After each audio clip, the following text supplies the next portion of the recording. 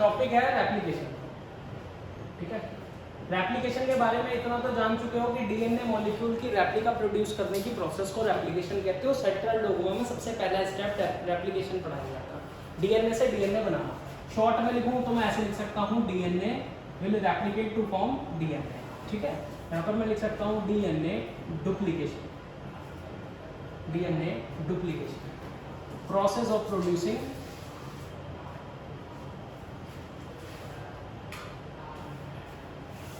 Duplicate DNA molecule, उसको हम replication कहते हैं, ठीक है बच्चों। अब ये जो रेप्लिकेशन है ये एक स्पेसिफिक साइट से ओरिजिनेट होती है। ये रेप्लिकेशन जहाँ से स्टार्ट होगी वो एक पर्टिकुलर सीक्वेंस होगी पूरे के पूरे डीएनए मॉलिक्यूल पे। तो उस स्पेसिफिक सीक्वेंस को the specific sequence from where replication starts is known as, उसको हम क्या बोलते हैं बच्चों? ओरी। शॉर्ट में बोलते हैं ओरी, ORI, ओरी। और इसका पूरा नाम होता है ऑरिजिन ऑफ रेप्लिकेशन। रेप्लिकेशन का ऑरिजिन जहां से वो क्या कहलाएगा? Origin of replication. ये बात समझ में आ गई, ठीक है। अब मैंने कहा एक डीएनए की सेगमेंट है बच्चों। देखो मान लो ये एक डीएनए है, ठीक है, ये एक डीएनए है और उसकी एक पर्टिकुलर साइट है, जैसे यहाँ पर बेसिस है, ये बेसिस है, और मैंने कहा इतनी जो साइट है, इतनी जो सीक्वेंस है वो रिस्पॉन्सिबल है यहाँ से ओरिजिनेशन के लिए। किसके ओरिजिनेशन के लिए? रेप्लिकेशन के लिए। तो मैंने कहा this site will be called as ori. इसको मैंने क्या बोला? अभी कितने भी न्यूक्लियोटाइड की सीक्वेंस हो सकती है, 100 न्यूक्लियोटाइड की सीक्वेंस भी हो सकती है, 60 की भी हो सकती है, 70 की भी हो सकती है, 50 की भी हो सकती है, डिपेंडिंग ऑन द डीएनए। दूसरी चीज ये जो ओरी है, प्रोकैरियोटिक सेल में, प्रोकैरियोटिक सेल जो होते हैं वहां पर ओरी साइट कितनी होती है बच्चों? सिंगल होती है। सिंगल मतलब एक होती है, ठीक है, क्योंकि वो एक सर्कुलर डीएनए होता है, जहां से रेप्लिकेशन स्टार्ट होनी है वहीं पर रेप्लिकेशन खत्म होनी है। क्लियर है? तो इसीलिए वहां पर सिंगल होती है क्या? ओरी साइट, ठीक है। यूकैरियोटिक सेल की बात करूं तो यूकैरियोटिक सेल अगर मैं उसमें बात करता हूँ डीएनए की, तो एक तो डीएनए की लेंथ बहुत ही लंबी है, दूसरा लीनियर फॉर्म में डीएनए है, सर्कुलर फॉर्म में नहीं है। तो यहाँ पर क्या हो सकता है? Many ori site are possible, many ori site are possible. Clear है? पहले ये बताओ, इतनी बात क्लियर है?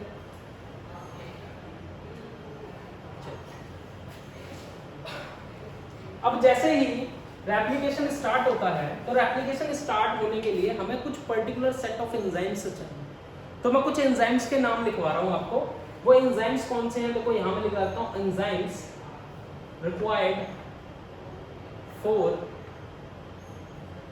रेप्लिकेशन। रेप्लिकेशन के लिए कौन कौन से एंजाइम की जरूरत है वो मैं आपको एंजाइम्स यहाँ पर एक लिस्ट में लिखवा देता हूँ, ताकि आपको बिल्कुल एग्जैक्ट याद रहे वो कौन कौन से एंजाइम्स हैं।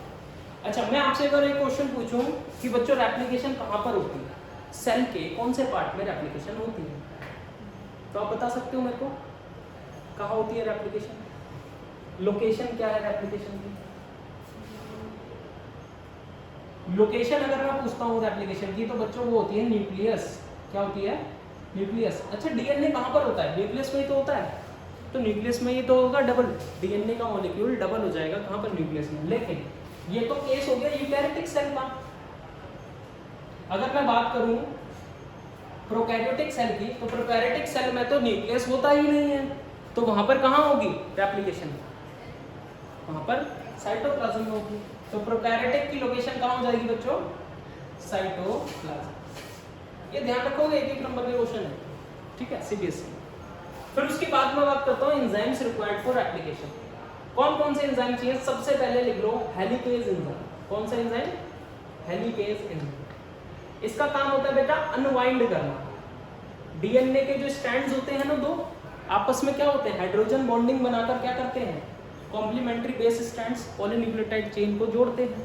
फिर इस चीज को अनवाइंड करने का काम करता है हेलिकेज। दूसरा है टोपोआइसोमरेज। टोपोआइसोमरेज यूकैरियोट्स के केस में बोला जाता है। और गायरेज बोला जाता है प्रोकैरियोट्स के केस में। इन दोनों ही एंजाइम्स का काम क्या है बच्चों? काम है release tension on the strands.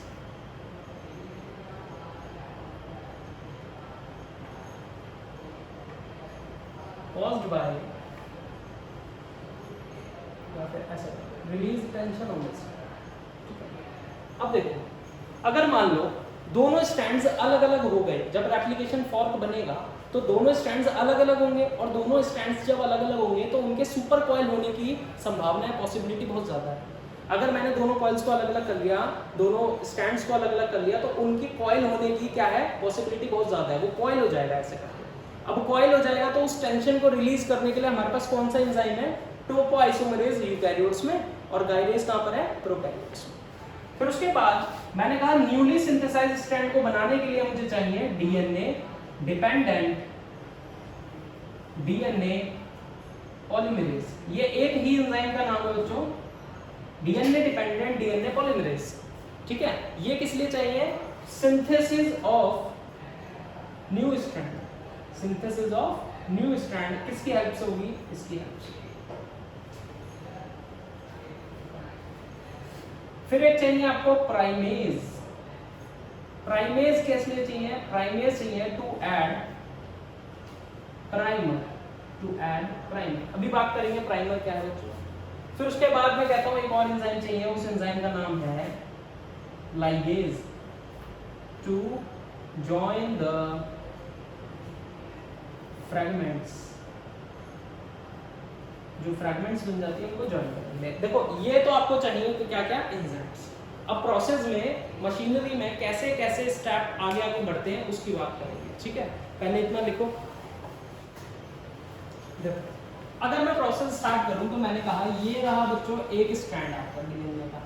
ठीक है, ये रहा दूसरा स्ट्रैंड। ठीक है, ये एक स्ट्रैंड है, ये दूसरा स्ट्रैंड है, और मैंने कहा यहाँ पर ये है 5' स्ट्रैंड और ये है 3' strand.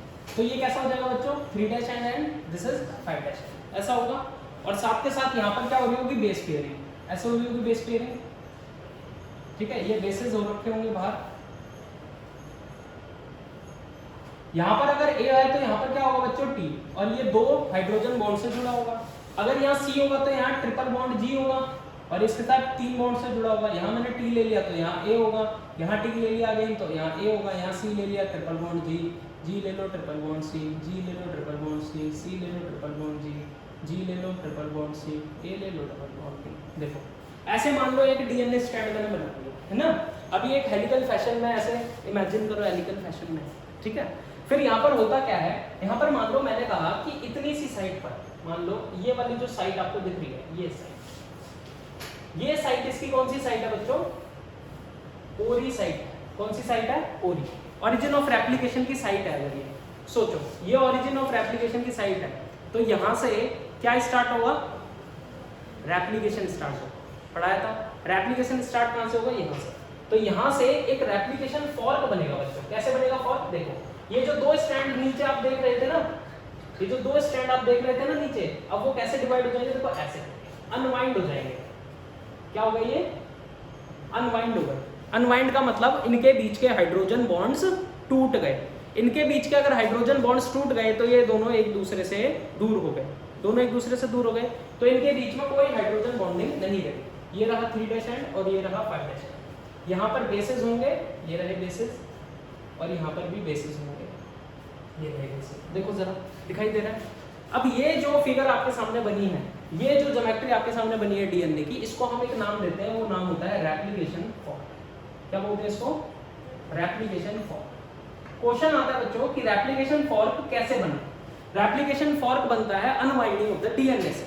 Unwinding of the DNA कौन करता है बच्चों? अनवाइंडिंग ऑफ द डीएनए कौन करेगा बच्चों? हेलिकेज। कौन करेगा? हेलिकेज।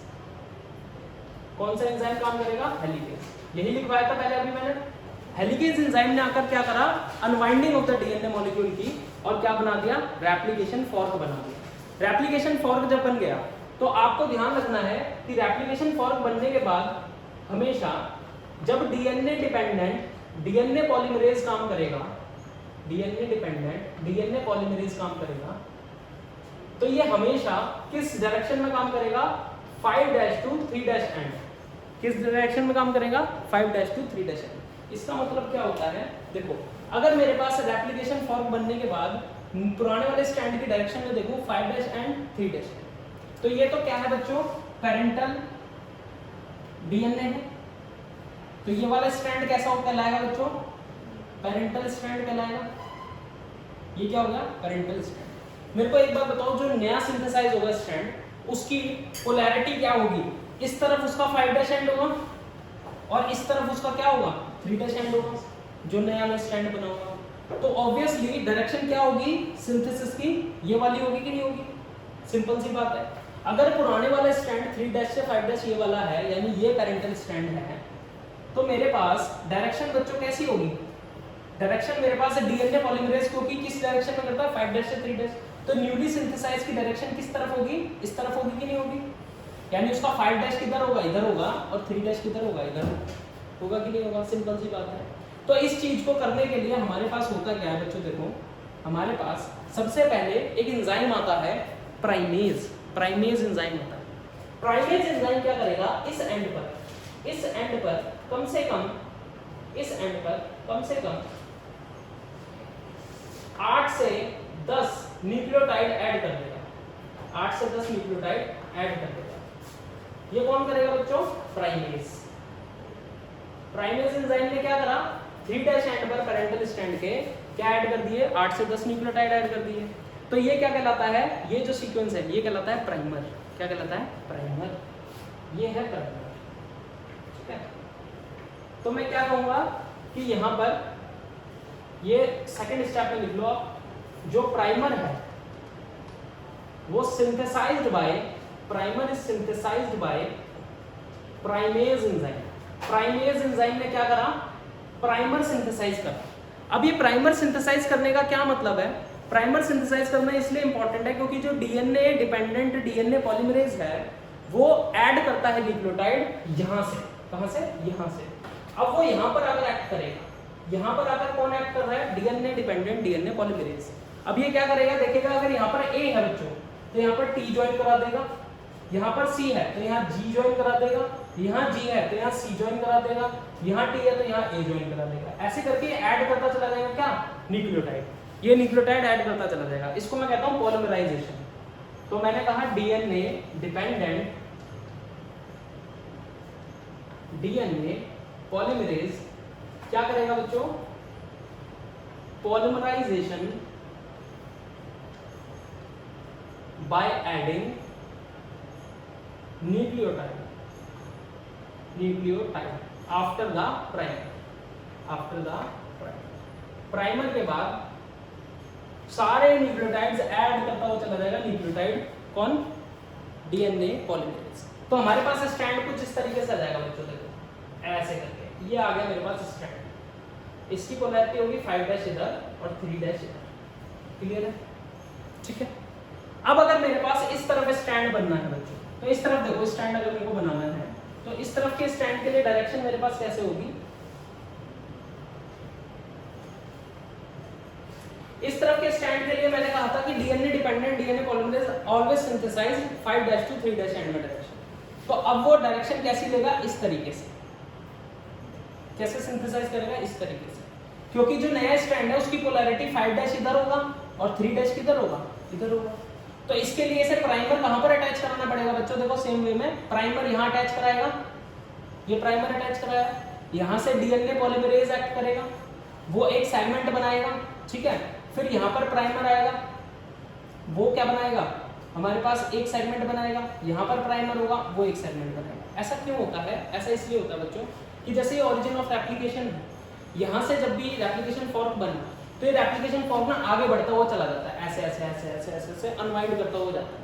जब ये अनवाइंड करता हुआ जाएगा तो अनवाइंड करने की प्रोसेस में देखो, अगर ये अनवाइंड ऊपर से और ज्यादा हुआ तो यहाँ से जो प्राइमर ने काम किया था, यहाँ पर डीएनए पॉलीमरेज अटैच हो गया था, फिर डीएनए पॉलीमरेज ऐड करता हुआ जा रहा है, ये ऊपर तक ऐड करता हुआ चला जाएगा, कोई दिक्कत नहीं आएगी, कॉन्टिन्यूअस वे में जाएगा। लेकिन जब ये ऊपर की तरफ अनवाइंड होगा तो प्राइमर को अपनी पोजीशन को शिफ्ट करना पड़ेगा, एक नया प्राइमर चाहिए होगा यहाँ पर अटैच होने के लिए, फिर वो डीएनए पॉलीमरेज से क्या करेगा, न्यूक्लियोटाइड ऐड करेगा, फिर ये ऊपर और जाएगा, अनवाइंड होगा, तो हमें एक और प्राइमर चाहिए होगा, फिर वो प्राइमर अटैच करेगा डीएनए पॉलीमरेज को, फिर वो इतनी सेगमेंट बनाएगा। इस बात को ऐसे समझो, अगर मान लो ये ऐसे था, तो ये जो अनवाइंडिंग है ना, ये ऊपर की तरफ बढ़ रही है, ये अनवाइंडिंग ऐसे बढ़ती जा रही है, ठीक है, ऐसे ये अनवाइंडिंग और होती जा रही है, ये अनवाइंडिंग और होती जा रही है। तो प्राइमर को पहले यहाँ से यहाँ बनाना था, फिर प्राइमर को शिफ्ट होना पड़ेगा ऊपर की तरफ, और फिर दोबारा से बनाना पड़ेगा, फिर एक और प्राइमर चाहिए होगा, फिर बनाना पड़ेगा। लेकिन यहाँ से एक बार प्राइमर लगाया और कॉन्टिन्यूअस सिंथेसिस ऐसे चलती चली जाएगी, ठीक है। तो जो हमारे पास न्यूली सिंथेसाइज्ड स्ट्रैंड है, वो न्यूली सिंथेसाइज्ड स्ट्रैंड इस डायरेक्शन में तो हमारे पास कैसा आएगा, कॉन्टिन्यूअस आएगा, और इस डायरेक्शन में कैसा आएगा, डिसकॉन्टिन्यूअस, जिसको हम कहते हैं लैगिंग स्ट्रैंड। तो इसको हम कह देते हैं बच्चों लीडिंग स्ट्रैंड, ठीक है। और ये वाला जो स्ट्रैंड होता है इसको हम बोलते हैं लैगिंग स्ट्रैंड, क्योंकि इसमें हमारे पास फ्रेगमेंट्स मिलती हैं। लीडिंग और लैगिंग स्ट्रैंड्स को हम बोलते हैं न्यूली सिंथेसाइज्ड स्ट्रैंड। ये नए नए सिंथेसाइज हुए, सिंथेसाइज्ड स्ट्रैंड, ठीक है। तो हमें दो तरीके के स्ट्रैंड्स मिले, कौन से, लैगिंग और लीडिंग, ठीक है। जो लीडिंग स्ट्रैंड है वो कॉन्टिन्यूअस है अपनी सिंथेसिस में, यहाँ पर फ्रैगमेंट्स मिलती हैं, ये फ्रैगमेंट्स का हम स्पेशल नाम देते हैं, वो नाम होता है ओकाजाकी फ्रैगमेंट्स। क्या नाम होता है, ओकाजाकी फ्रैगमेंट्स। ओकाजाकी एक साइंटिस्ट थे, उन्होंने इन्वेंट की थी, तो इसको नाम दे दिया ओकाजाकी फ्रैगमेंट्स। क्लियर। अब देखो यहाँ पर कॉन्टिन्यूअस सिंथेसिस है, यहाँ पर हमारे पास ओकाजाकी फ्रैगमेंट्स हैं, तो इन फ्रैगमेंट्स को ज्वाइन करने के लिए तो एक एंजाइम चाहिए।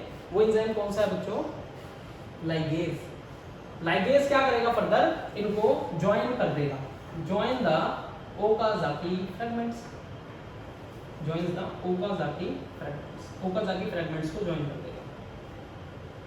तो देखो इस डीएनए से दो डीएनए मॉलिक्यूल बने, और दोनों डीएनए मॉलिक्यूल्स में एक पैरेंटल स्ट्रैंड गया और दूसरा न्यू सिंथेसाइज्ड स्ट्रैंड बना। वो न्यू सिंथेसाइज्ड स्ट्रैंड एक लीडिंग बनता है, एक लैगिंग बनता है, ठीक है। लीडिंग जो बनता है वो 5' से 3' डायरेक्शन ऐसी होगी, और जो लैगिंग बनेगा उसकी डायरेक्शन ऐसी होगी, रेप्लिकेशन 4 की तरफ और रेप्लिकेशन 4 के अवे। जिसकी अवे होगी वो लैगिंग होगा, जिसकी तरफ होगी वो कैसा होगा, लीडिंग होगा, ठीक है। पहले आप इतना उतार लो, फिर इसके बाद में दोबारा से रिवाइज करा, ठीक है। देखो न्यूली सिंथेसाइज्ड स्ट्रैंड आपने देखा, एक बना था बच्चों लीडिंग स्ट्रैंड, और एक क्या बना था, लैगिंग स्ट्रैंड। इसका दूसरा नाम क्या हो जाएगा, कॉन्टिन्यूअस स्ट्रैंड, क्योंकि इसमें कॉन्टिन्यूअस सिंथेसिस होती है ना, कॉन्टिन्यूअस स्ट्रैंड, क्योंकि यहाँ पर क्या होता है, कॉन्टिन्यूअस पॉलीमराइजेशन होती है, कॉन्टिन्यूअस पॉलीमराइजेशन, ठीक है। यहाँ पर इसको क्या बोलेंगे बच्चों, डिसकॉन्टिन्यूअस, डिसकॉन्टिन्यूअस स्ट्रैंड। दूसरा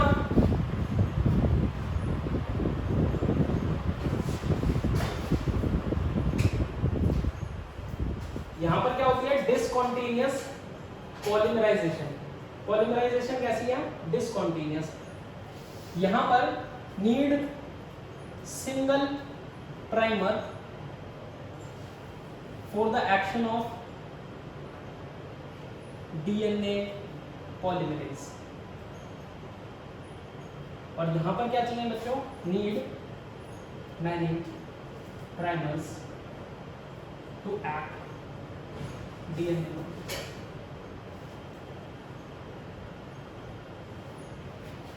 क्लियर है, नो फ्रैगमेंट्स आर सीन, या फिर no fragments are occur, no fragments are produced. यहाँ पर fragments are produced and fragments are called as Okazaki fragments, Okazaki fragments. Joining enzymes is required. Joining enzyme is required. That is lipase. ठीक है? Sorry, lipase नहीं, ligase. और यहाँ पर no lipase is required. Ligase is required.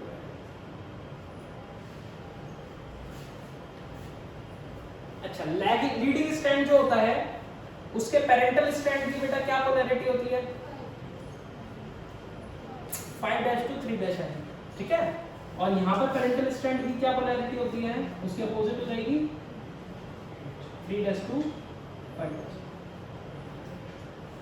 ठीक है, तो ये आपने डिफरेंस याद रखना, याद रहेंगे। कर रहे हैं बेसिकली, अगर मैं बात करता हूँ तो सेंट्रल डोग्मा में पहले भी पढ़ा चुका हूँ, है ना। सेंट्रल डोग्मा आपने पढ़ा हुआ है, डीएनए से डीएनए का बनना रेप्लिकेशन, डीएनए से एमआरएनए बनना ट्रांसक्रिप्शन, एंड ट्रांसक्रिप्शन के बाद ट्रांसलेशन जो कि प्रोटीन प्रोड्यूस करता है। ये बात सबको पता है बच्चों, प्रोटीन प्रोड्यूस करना सबको पता है। तो मैंने कहा यहाँ से डीएनए मैंने आपको पढ़ा दिया है, डीएनए से एमआरएनए की प्रोसेस हम आज पढ़ रहे हैं। तो उस प्रोसेस का नाम क्या है? सबसे पहले ट्रांसक्रिप्शन। क्या नाम है? ट्रांसक्रिप्शन, ठीक है। यहाँ से आपको अगर डेफिनेशन बनानी है तो ट्रांसक्रिप्शन की डेफिनेशन बिल्कुल सिंपल वे में बनवा रहा हूँ। अभी आप ये समझ लो आपने ट्रांसक्रिप्शन को जाना ही नहीं है ना। आप ट्रांसक्रिप्शन के बारे में सिर्फ इतना जानते हो कि डीएनए स्ट्रैंड से एमआरएनए का बनना इस ट्रांसक्रिप्शन। तो मैं सिंपल वर्ड्स में लिख सकता हूँ, देखो the process of forming single stranded mRNA from DNA molecule is known as transcription। ये तो एक सिंपल सी प्रोसेस हो गई, है ना। यहाँ मैंने किसी चीज की बात नहीं की, ये एक सिंपल सी बात हो गई। अब देखो जितने भी आरएनए हैं, जैसे आरएनए मैंने आपको पढ़ाया था, है ना, टीआरएनए पढ़ाया था, क्या सारे डीएनए से ही बनते हैं? हाँ बच्चों, सारे डीएनए से बनते हैं, ठीक है। तो किसी भी प्रोसेस, किसी भी आरएनए का बनना डीएनए मॉलिक्यूल से, वो क्या कहलाता है? ट्रांसक्रिप्शन कहलाता है। दूसरी चीज, ये जो ट्रांसक्रिप्शन है, इस ट्रांसक्रिप्शन में transcription process needs transcriptional unit. क्या चाहिए इसको? ट्रांसक्रिप्शनल यूनिट चाहिए। किस पर? Transcription unit on DNA molecule. उस डीएनए मॉलिक्यूल पर जिसका ट्रांसक्रिप्शन होना है, उस डीएनए मॉलिक्यूल पर क्या चाहिए? एक ट्रांसक्रिप्शनल यूनिट। ट्रांसक्रिप्शनल यूनिट में क्या क्या होगा? सबसे बड़ा क्वेश्चन, ट्रांसक्रिप्शनल यूनिट में बेटा क्या क्या कंसिस्ट होगा? बहुत फ्रीक्वेंट पूछे जाने वाला क्वेश्चन, ट्रांसक्रिप्शन में क्या क्या होगा? तो सबसे पहले एक साइट होगी जिसका नाम होगा प्रमोटर साइट। क्या साइट होगी? Promoter site. दूसरी जो साइट होगी उसको हम कहेंगे स्ट्रक्चरल जीन, स्ट्रक्चरल जीन। जो तीसरी साइट होगी उसको हम बोलेंगे terminator site. What is it called? Terminator site, ठीक है। यहाँ तक कोई प्रॉब्लम नहीं, ठीक है। अब मैं एक डीएनए मॉलिक्यूल बच्चों ले, मैंने ऐसे करके एक डीएनए मॉलिक्यूल लिया जिसमें एक स्ट्रैंड ऐसे है, एक स्ट्रैंड ऐसे। ये एक स्ट्रैंड दिखे बच्चों, एक स्ट्रैंड जो है उसके मैंने बेसिस को ऐसे दिखा दिया। Let's suppose these are the bases which are projecting inside to the backbone of the DNA molecule, और these are the complementary bases pairs, ठीक है। ये base pairs are complementary to each other because this is a DNA molecule। मैंने बोला इसकी polarity 3' to 5' है, इसकी polarity 5' to 3' है। As you know, structure of DNA completed है हमारा, है ना। सबको पता है ये स्ट्रक्चर कैसे बना है, कैसे नहीं बना है, हेलिक्स बना हुआ है इसमें, वो अंडरस्टूड है। मैंने 2 स्ट्रैंड्स बनाए बच्चों सिंपल वे में, और आपने इसको ऐसे, क्लियर है। अब फिर मैंने कहा कि यहाँ पर इस पोर्शन में आपको जो एक कुछ सीक्वेंस दिखेगी न्यूक्लियोटाइड की, वो बना रही है प्रमोटर साइट। क्या बना रही है बच्चों? प्रमोटर साइट, ठीक है। मैंने कहा इस पूरे डीएनए मॉलिक्यूल पर ये पर्टिकुलर हिस्सा, मतलब कुछ न्यूक्लियोटाइड की सीक्वेंसेस, देखो अगर डीएनए मॉलिक्यूल बच्चों मैंने लिया तो उस पर क्या हो सकता है? Nucleotide nucleotide nucleotide nucleotide nucleotide, बस उससे ज्यादा कुछ भी नहीं हो सकता, क्योंकि न्यूक्लियोटाइड से मिलकर बना है ना डीएनए। तो मैंने कहा कुछ न्यूक्लियोटाइड की सीक्वेंस अगर मैं उठा लूं, लेट्स सपोज मैंने इतनी न्यूक्लियोटाइड की सीक्वेंसेस उठा ली, और ये पर्टिकुलर न्यूक्लियोटाइड की सीक्वेंसेस क्या कहला रही है बच्चों? Promoter site. क्या कहला रही है? Promoter site. प्रमोटर साइट इसे क्यों कहते हैं? बिकॉज इट प्रमोट्स और starts the DNA transcription process। DNA की ट्रांसक्रिप्शन प्रोसेस कहाँ से स्टार्ट होती है बच्चों? यहाँ से स्टार्ट होती है। यहाँ से स्टार्ट होती है प्रमोटर साइट से। Then we have structural gene. in between promoter and terminator. Here we go, and here we have terminator gene. ठीक है, यहां पर आपके पास क्या आ जाएगा बेटा, टर्मिनेटर एंड आ जाएगा। ये टर्मिनेटर पोर्शन है, ये प्रमोटर साइड हो गई, दिस इज टर्मिनेटर साइड। देखो सर, टर्मिनेटर साइड दिख रही है, डीएनए स्ट्रैंड पर एक जगह क्या है, टर्मिनेटर साइड है। टर्मिनेटर साइड क्या है, वेयर डीएनए ट्रांसक्रिप्शन टर्मिनेट्स। यहां पर आके ये प्रोसेस क्या हो जाएगी बच्चों, टर्मिनेट हो जाएगी, टर्मिनेट हो जाएगी यानी खत्म हो जाएगी, एंड हो जाएगी, स्टॉप हो जाएगी। ठीक है, टर्मिनेट्स, स्टॉप एंड एंड्स। ठीक है, इतनी बात समझ में आ गई। अब दूसरी चीज जो बेटा क्वेश्चन आता है कि पहला तो क्वेश्चन ये आ गया कि प्रमोटर साइट किस लिए है, टर्मिनेटर साइट किस लिए है। दूसरा जो क्वेश्चन है वो कहता है कि प्रमोटर साइट जो है वो कहां प्रेजेंट है। तो आप कहोगे ये जो 5' एंड है ना, इसको हम अपस्ट्रीम कहते हैं, 5' एंड को अपस्ट्रीम कहते हैं एंड 3' एंड को डाउनस्ट्रीम कहते हैं। तो हम कहते हैं कि ये जो स्ट्रक्चरल जीन है, इतना हिस्सा जो आपको दिख रहा है, ये स्ट्रक्चरल जीन का हिस्सा है। ठीक है, ये स्ट्रक्चरल जीन का हिस्सा है। ऊपर वाला स्ट्रैंड जो आपको दिख रहा है 3' से 5' एंड वाला हिस्सा, ठीक है, ये वाला जो स्ट्रैंड है ये क्या कहलाता है बच्चों, टेम्पलेट स्ट्रैंड। क्या कहलाता है, टेम्पलेट स्ट्रैंड। ठीक है, क्या कहलाएगा, टेम्पलेट स्ट्रैंड। और जो 5' से 3' वाला स्ट्रैंड है, इसको हम एक नाम देते हैं, उसका नाम है कोडिंग स्ट्रैंड। ठीक है, अभी बच्चों मैं क्लियर करूंगा अगले स्टेप में कि इसको टेम्पलेट क्यों कहते हैं, इसको कोडिंग क्यों कहते हैं, बात समझ में आई। अभी तो मैं सिर्फ नाम बता रहा हूँ, है ना। तो मैंने कहा ये टेम्पलेट स्ट्रैंड है, ये कोडिंग स्ट्रैंड है। ठीक है, ये कोडिंग स्ट्रैंड है तो इसको हम एक और नाम देते हैं sense strand. What it is called, sense strand. ठीक है, देन देखो, इस कोडिंग स्ट्रैंड को हम बोलते हैं सेंस स्ट्रैंड, इस टेम्पलेट स्ट्रैंड को फिर हम बोलेंगे एंटी सेंस स्ट्रैंड। अगर मैं पोजीशन की बात करूं तो प्रमोटर साइट और टर्मिनेटर साइट की जो पोजीशन है हम किसके रिस्पेक्ट में बोलेंगे बच्चों, कोडिंग स्ट्रैंड के रिस्पेक्ट में। तो जो 5' एंड है इसको हम अपस्ट्रीम कहते हैं और 3' एंड को हम डाउनस्ट्रीम कहते हैं। तो मैंने कहा अपस्ट्रीम जो है कोडिंग स्ट्रैंड का, वहां पर कौन प्रेजेंट है, प्रमोटर साइट। डाउनस्ट्रीम जो है वहां पर कौन प्रेजेंट है, टर्मिनेटर साइट। और अब जो आपके पास पूरी डायग्राम बनाई, फिगर बनी है, जिसमें प्रमोटर साइट है, कोडिंग स्ट्रैंड है, टेम्पलेट स्ट्रैंड है जिसको स्ट्रक्चरल जीन का है, और फिर ये आपके पास टर्मिनेटर साइट है, इसको मिला के हम क्या बोलते हैं, ट्रांसक्रिप्शनल यूनिट। ये लिखा ट्रांसक्रिप्शनल यूनिट। क्लियर है आप सारी बात, जो बोर्ड पे लिखा है सारा एक एक वर्ड क्लियर होगा। ठीक है, अगर बच्चों मैं लोकेशन की बात करूं तो मुझे बताओ लोकेशन क्या होगी ट्रांसक्रिप्शन की, लोकेशन क्या होगी ट्रांसक्रिप्शन की। प्रोकैरियोट्स में क्या होगी बच्चों लोकेशन, साइटोप्लाज्म। ठीक है, साइटोप्लाज्म। और अगर मैं बात करता हूँ यूकैरियोट्स की, तो यूकैरियोट्स में क्या होगी, न्यूक्लियस होगी। ठीक है, mRNA are produced with in the nucleus, तो ट्रांसक्रिप्शन की लोकेशन क्या होगी, न्यूक्लियस। अभी मैं आपको प्रोकैरियोट्स में बता रहा हूँ कि कैसे क्या होती है ट्रांसक्रिप्शन होती है। देखो, अगर मैं एक डीएनए मॉलिक्यूल बनाऊँ, ये देखो एक मैंने डीएनए मॉलिक्यूल बना लिया और ये उसका दूसरा स्ट्रैंड बना लिया बच्चों। ठीक है, यहाँ पर बेस पेयरिंग हो रही है, ये बेस पेयरिंग है, ये बेस पेयरिंग है। ठीक है, let's suppose this is a promoter site. ये क्या है बच्चों, प्रमोटर साइट। तो ये बचा हुआ देखो ये वाला स्ट्रैंड, अगर मैं 3' से 5' इसको लूं और 5' से 3' इसको लूं, ऐसे ऐसे, तो ये हो जाएगा 3' एंड। ठीक है, और ये 3' से ये हो जाएगा 5'। देखो जरा, क्लियर है इस तरीके से। तो मैंने कहा ये यहाँ पर आकर टर्मिनेटर एंड आ जाता है, यहाँ पर क्या आता है बच्चों, टर्मिनेटर एंड आता है।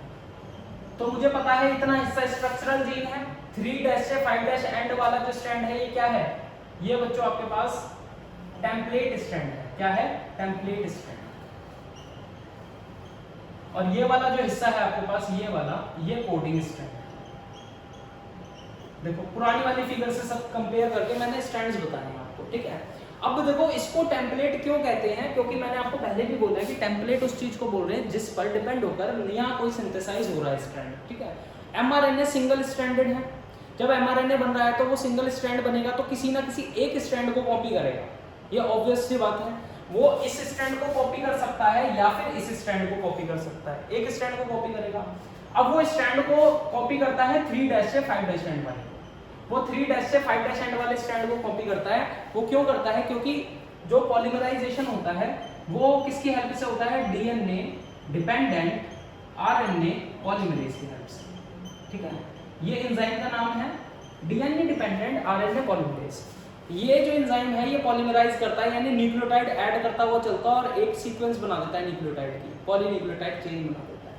तो ये काम करता है only in one direction which is called as 5' to 3' direction, है ना। अगर मान लो 5' से 3' डायरेक्शन में पॉलीमराइजेशन कर रहा है तो ये कॉपी किस स्ट्रैंड को कर सकता है? जो इसके अपोजिट होगा, और इसके अपोजिट क्या हो सकता है? 3' से 5'। इसी की वजह से हम कहते हैं कि ये जो 3' से 5' वाला स्ट्रैंड है ये हमारे पास बच्चों क्या बन जाएगा? टेम्पलेट स्ट्रैंड बन जाएगा। क्लियर है? ठीक है। अब देखो, अगर ये टेम्पलेट स्ट्रैंड है तो मैंने कहा यहाँ पर प्रोकैरियोट्स के केस में, प्रोकैरियोट्स के केस में यहाँ पर हमें जरूरत है एक सिग्मा फैक्टर की। Sigma factor is a kind of protein which is required at the site of a promoter which recognize the promoter site. ठीक है, यहाँ पर प्रमोटर साइट पर सिग्मा फैक्टर का प्रोटीन का होना जरूरी है, क्योंकि यही रिकॉग्नाइज करता है कि यहाँ पर प्रमोटर साइट है या नहीं। डीएनए के उस स्ट्रैंड को रिकॉग्नाइज करने के लिए सिग्मा फैक्टर होना जरूरी है। सिग्मा फैक्टर से आकर बाइंड करता है आरएनए पॉलीमरेज। आरएनए पॉलीमरेज जब आएगा, देखो लेट्स सपोज यहाँ पर ये आ गया आरएनए पॉलीमरेज और ये आ गया सिग्मा फैक्टर। ठीक है, this is RNA polymerase enzyme. ठीक है, और ये हो गया आपके पास सिग्मा फैक्टर। क्लियर है? प्रोटीन। अब ये सिग्मा फैक्टर प्रोटीन क्या करेगा? ओवर ऑल द लेंथ ये क्या करेगा? आगे की तरफ प्रोसीड करेगा। जैसे ही लेंथ में आगे की तरफ बढ़ेगा ये आगे आने वाले डीएनए को अनवाइंड करता चला जाएगा, या आगे आने वाले डीएनए के स्ट्रैंड्स को अनवाइंड करेगा। लेट्स सपोज अगर ऐसे हैं तो अनवाइंड होकर अलग अलग हो जाएंगे, इनके बीच के हाइड्रोजन बॉन्ड टूटेंगे, अनवाइंड हो गए। अब मान लो ये वाला जो एंड है, जैसे ये देखो ये रहा एंड, ये वाला एंड ये अलग हो गया, वो अलग हो गया। अब यहाँ पर आकर आरएनए पॉलीमरेज आ गया। आरएनए पॉलीमरेज जब बच्चों यहाँ आया तो यहाँ पर अगर ए है, यहाँ पर अगर ए है और यहाँ पर टी है और यहाँ पर सी है, तो वो आरएनए पॉलीमरेज कौन कौन से न्यूक्लियोटाइड जोड़ेगा बच्चों? वो जोड़ेगा ए का अपोजिट यू, टी का अपोजिट ए, सी का अपोजिट जी। क्लियर है? तो एमआरएनए का स्ट्रैंड जो यहाँ से निकलेगा बच्चों वो कैसे निकलेगा? ऐसे। और उस पर क्या जुड़ा होगा? ए का अपोजिट यू, टी का अपोजिट बच्चों ए और सी का अपोजिट बच्चों सी। ऐसे करके एक आरएनए का स्ट्रैंड निकलेगा। और फिर जैसे ही आरएनए पॉलीमरेज आगे की तरफ जाएगा से फिर दोबारा से अनवाइंडिंग होगी। अनवाइंडिंग होने की वजह से दोबारा से एमआरएनए बाहर निकलेगा, एमआरएनए का स्ट्रैंड और सिंथेसाइज होगा, फिर ये और आगे जाएगा और सिंथेसाइज होगा। आगे बढ़ते बढ़ते जब इस पोर्शन पर आएगा, टर्मिनेटर एंड पर आएगा, तो सिग्मा फैक्टर लूज हो जाएगा और रो फैक्टर अटैच हो जाएगा। रो फैक्टर अटैच होने की वजह से आरएनए पॉलीमरेज क्या करेगा? टर्मिनेटर साइट को रिकॉग्नाइज कर लेगा। यहाँ पर क्या अटैच होगा बच्चों? Rho factor. रो फैक्टर जैसे ही अटैच होता है तो आरएनए क्या करता है? टर्मिनेटर साइट को रिकॉग्नाइज कर लेता है और एमआरएनए की सिंथेसिस को वहीं रोक देता है। एमआरएनए की सिंथेसिस वहीं रुक गई। अगर एमआरएनए की सिंथेसिस वहीं रुक गई तो पूरा का पूरा एमआरएनए जो हमारे पास निकल के आ गया, अब वो रेडी है किसके लिए? प्रोटीन बनाने के लिए। ये बात समझ में आई? प्रोटीन बनाने के लिए एमआरएनए बन चुका है, ये बन गया है एमआरएनए। इसकी सीक्वेंस देखो 5' से 3' होगी और यहाँ पर उसके क्या होंगे? बेसिस होंगे। ये बेसिस जो है ये किसके कॉम्प्लीमेंट्री होंगे बच्चों? टेम्पलेट स्ट्रैंड के कॉम्प्लीमेंट्री होंगे। ये बात समझ में आई? क्योंकि टेम्पलेट स्ट्रैंड से बने हैं ना, टेम्पलेट स्ट्रैंड के कॉम्प्लीमेंट्री होंगे। बट अगर मैं कोडिंग स्ट्रैंड को देखूं तो कोडिंग स्ट्रैंड तो टेम्पलेट स्ट्रैंड का कॉम्प्लीमेंट्री होता है, तो इसका और इसका कोड सेम होना चाहिए, है ना। इसका और इसका कोड सेम होना चाहिए, लेकिन ये डीएनए है तो यहाँ थाइमिन होगा और ये आरएनए तो यहाँ यूरेसिल होगा। बिल्कुल बात समझ में आई? इसी वजह से इसको कोडिंग स्ट्रैंड कहा जाता है। क्यों कहा जाता है कोडिंग? क्योंकि एमआरएनए पर जो कोड बनेगा वो सेम टू सेम कोड बनेगा कोडिंग स्ट्रैंड वाला। ठीक है, क्योंकि ये भी कॉम्प्लीमेंट्री है टेम्पलेट के और ये भी कॉम्प्लीमेंट्री है टेम्पलेट के, तो कोडिंग स्ट्रैंड बिल्कुल सेम कोड रखेगा। कौन से वाला? एमआरएनए वाला। लेकिन वहां पर एक एक्सेप्शन होगी, थाइमिन की जगह क्या होगा? Uracil, because this is mRNA और this is DNA strand. Clear है ये बात? बस यहीं पर आपका प्रोकैरियोटिक खत्म होता है। देखो प्रोकैरियोट्स में अगर ट्रांसक्रिप्शन करता हूं तो मैंने बोला ये डीएनए स्ट्रैंड है बच्चों। इस डीएनए स्ट्रैंड पर ये वाला मान लो 3' एंड है और ये जाकर एंड हुआ यहाँ पर, तो ये 5' स्ट्रैंड बन गया इसका। और ये देखो ये ऐसे था, तो यहाँ पर ये 5' एंड है तो ये 3' एंड होगा। अब बच्चों टेम्पलेट स्टैंड कौन सा होगा? 3' से 5' वाला। क्यों होगा? क्योंकि नया जो सिंथेसाइज होगा वो 5' से 3' में होगा, इस वजह से ये वाला जो स्टैंड है क्या कहलाएगा? Template stand. तो बचा हुआ स्टैंड क्या कहलाएगा बच्चों? Coding stand. अब यहाँ पर एक प्रमोटर रीजन होगा, एक कौन सा रीजन होगा? टर्मिनेटर। प्रमोटर रीजन से बेटा इनिशिएशन होती है, ये प्रमोटर रीजन है, यहाँ पर इनिशिएशन होती है किसकी हेल्प से? सिग्मा फैक्टर की वजह से। सिग्मा फैक्टर आरएनए पॉलीमरेज के साथ यहाँ पर एक्ट करता है, यहाँ से इलोंगेशन स्टेप चालू होता है, यहाँ से आरएनए पॉलीमरेज अनवाइंड करता हुआ चलता है डीएनए मॉलिक्यूल को। डीएनए मॉलिक्यूल देखो ऐसे अनवाइंड होता है और आरएनए उसके बीच में से पास होता चला जाता है। फिर जो टेम्पलेट स्टैंड है बच्चों, ये रहा 3' से ये वाला, ये टेम्पलेट स्टैंड पर जो भी कोडिंग है उसकी कॉम्प्लीमेंट्री बेस पेयर एमआरएनए पर जोड़ दिए जाते हैं। लेट्स सपोज यहाँ पर ए टी सी सी था, तो यहाँ पर एमआरएनए पर क्या सीक्वेंस देगी? ए का अपोजिट यू जोड़ दिया जाएगा, टी का अपोजिट ए जोड़ दिया जाएगा, सी का अपोजिट जी और सी का अपोजिट जी। ऐसे ये सीक्वेंस क्या कर दी जाएगी? कॉपी कर दी जाएगी।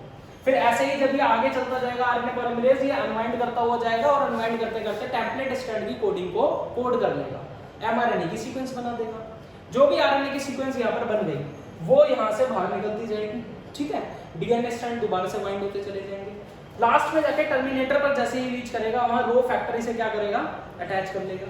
रो फैक्टर से जैसे ही आरएनए पॉलीमरेज अटैच करेगा ये टर्मिनेटर एंड पर टर्मिनेट कर देगा ट्रांसक्रिप्शन को खत्म कर देगा। इस पॉइंट को हम टर्मिनेशन कहते हैं। तो इनिशिएशन स्टेप में बेटा binding of sigma factor of and RNA polymerase at promoter site हुआ। प्रमोटर साइट पर सिग्मा फैक्टर आरएनए पॉलीमरेज दोनों ने क्या करा? बाइंड किया।